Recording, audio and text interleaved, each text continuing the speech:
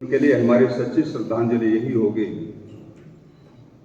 कि उन्होंने जिस मार्ग को अपनाया था आयुर्वेद का, उसको हम आगे बढ़ाएं,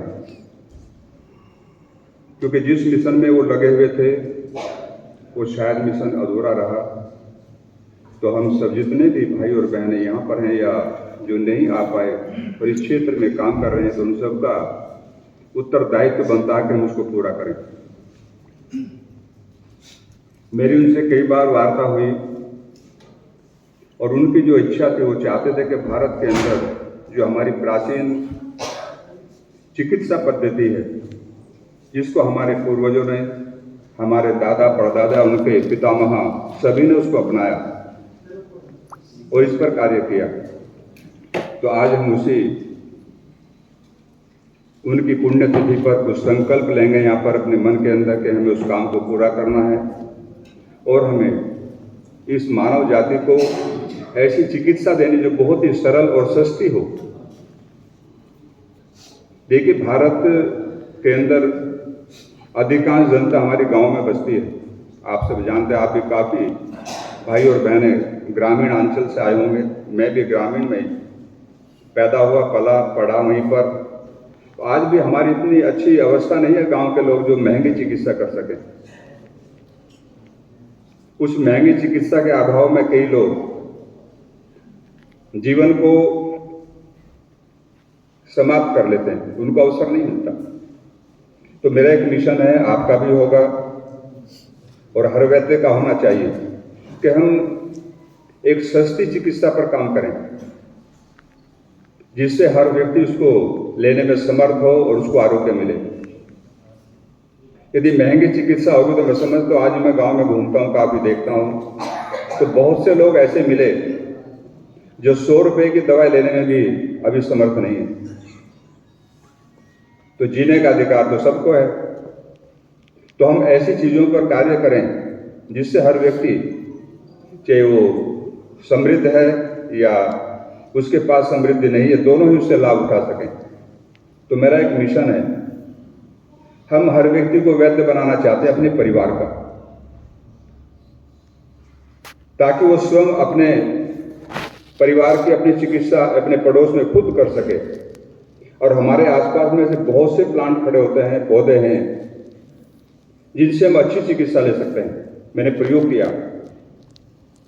तो आज हम कैंसर पर यहाँ पर वार्ता कर रहे हैं, क्योंकि कैंसर एक ऐसी भयावह बीमारी है जो देश के हर क्षेत्र में फैल रही है। मैंने पहाड़ से लेकर के और मैदान के सब क्षेत्रों में घूम करके देखा। मैं लगभग 15 वर्ष गंगोत्री में रहा, हिमालय के अंदर। वहाँ भी साधुओं से बहुत कुछ सीखा, प्रैक्टिकल। और प्लेन में आकर नीचे भी मैदानी भाग में भी काफ़ी साधु संतों से मिला, वैद्यों से भी संपर्क हुआ। तो उसमें एक चीज़ निकल कर आई कि हमारे आसपास में जो जड़ी बूटियाँ खड़ी, हम क्यों ना उसे चिकित्सा करें। तो एक मिशन है कि हम हर व्यक्ति को वैद्य बनाना चाहते हैं। मुझे अच्छी तरह याद है, आप में भी कोई ना कोई ऐसा अनुभव बुजुर्गों से मिला होगा।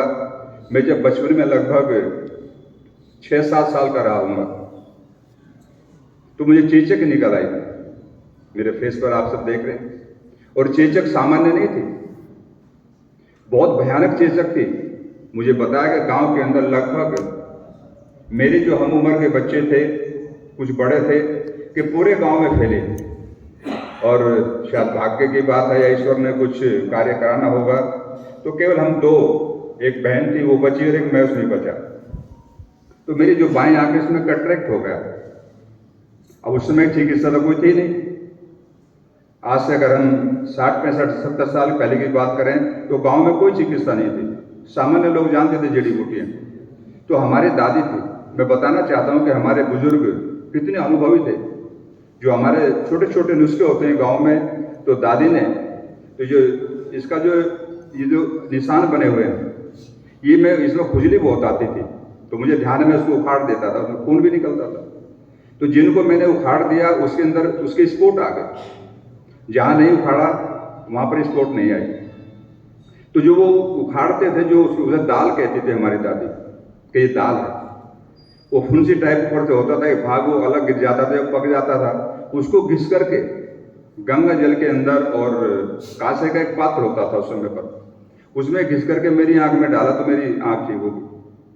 अगर आज आप उसकी बात करेंगे तो शायद कोई डॉक्टर उसको मानने को तैयार नहीं होगा, लेकिन मैं, क्योंकि मेरे साथ में घटना हुई और मुझे उसका लाभ मिला, तो मैं उसके लिए साक्षी हूँ, आपको बता रहा हूँ। इसलिए तो एक नहीं, बहुत सी चीजें हमारे गांव में ऐसी थी जो दादी के नुस्खे के नाम से